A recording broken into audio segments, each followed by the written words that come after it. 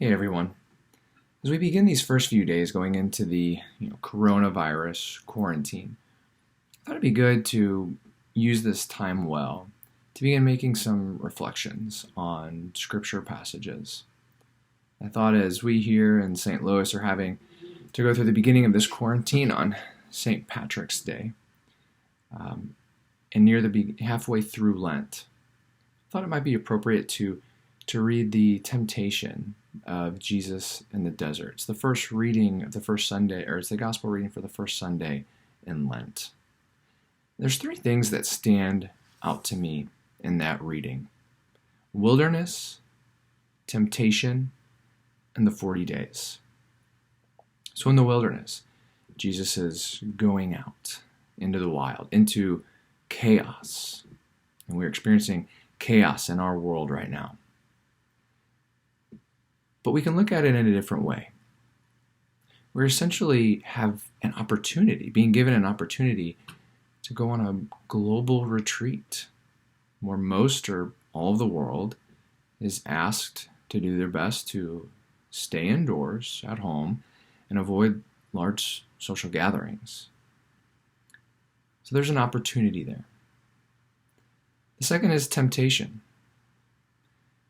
Notice in Matthew's reading, in Matthew's account of this temptation in the desert, he tells us that Jesus was led by the Spirit into the wilderness, but it was after fasting for 40 days and 40 nights that the tempter came. So in other words, the 40 days were spent as a time of preparation for what was to come at the end. We're going to be tempted in these days spent indoors. We're going to be tempted to complain about the things that we cannot do, the sports that we don't get to watch, the concerts that we don't get to go to. We're going to be tempted to complain about the people that we're living with that are annoying us.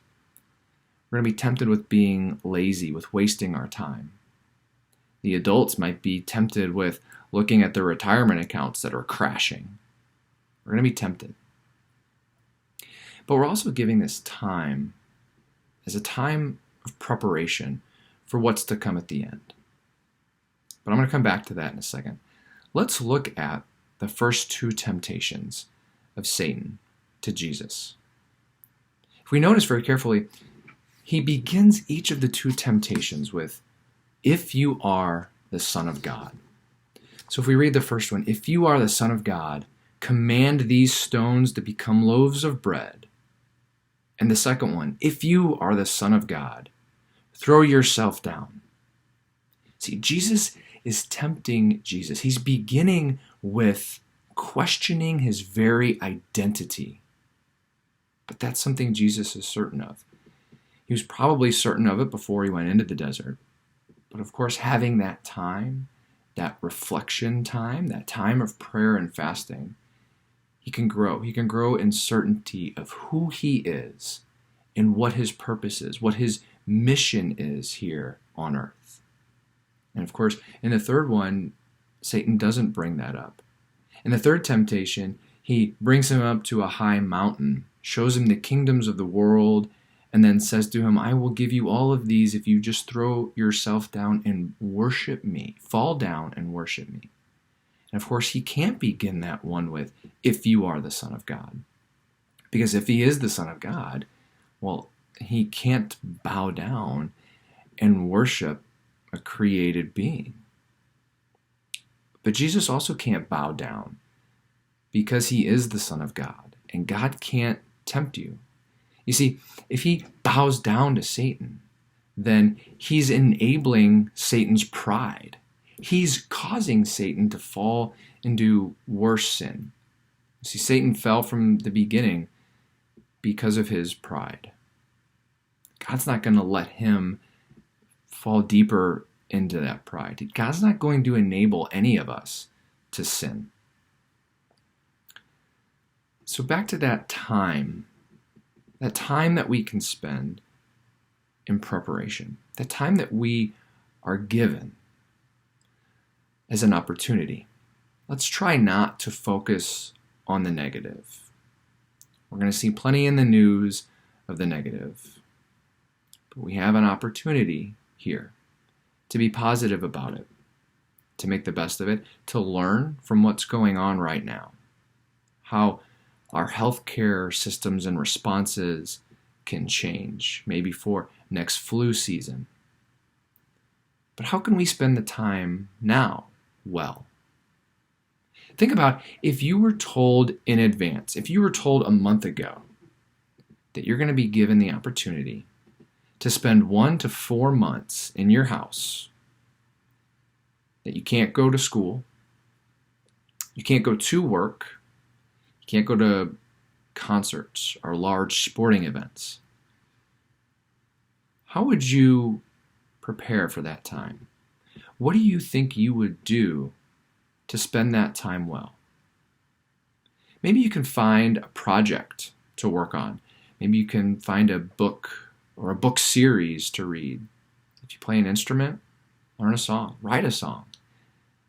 And spend time with the family, play games, have deep conversations. Maybe order a 5,000-piece puzzle on the internet and finish that together over the next few months. Maybe you could begin writing handwritten letters and delivering them to your neighbors in their mailbox. If they're neighbors you've never really met before or talked with much before, introduce yourself.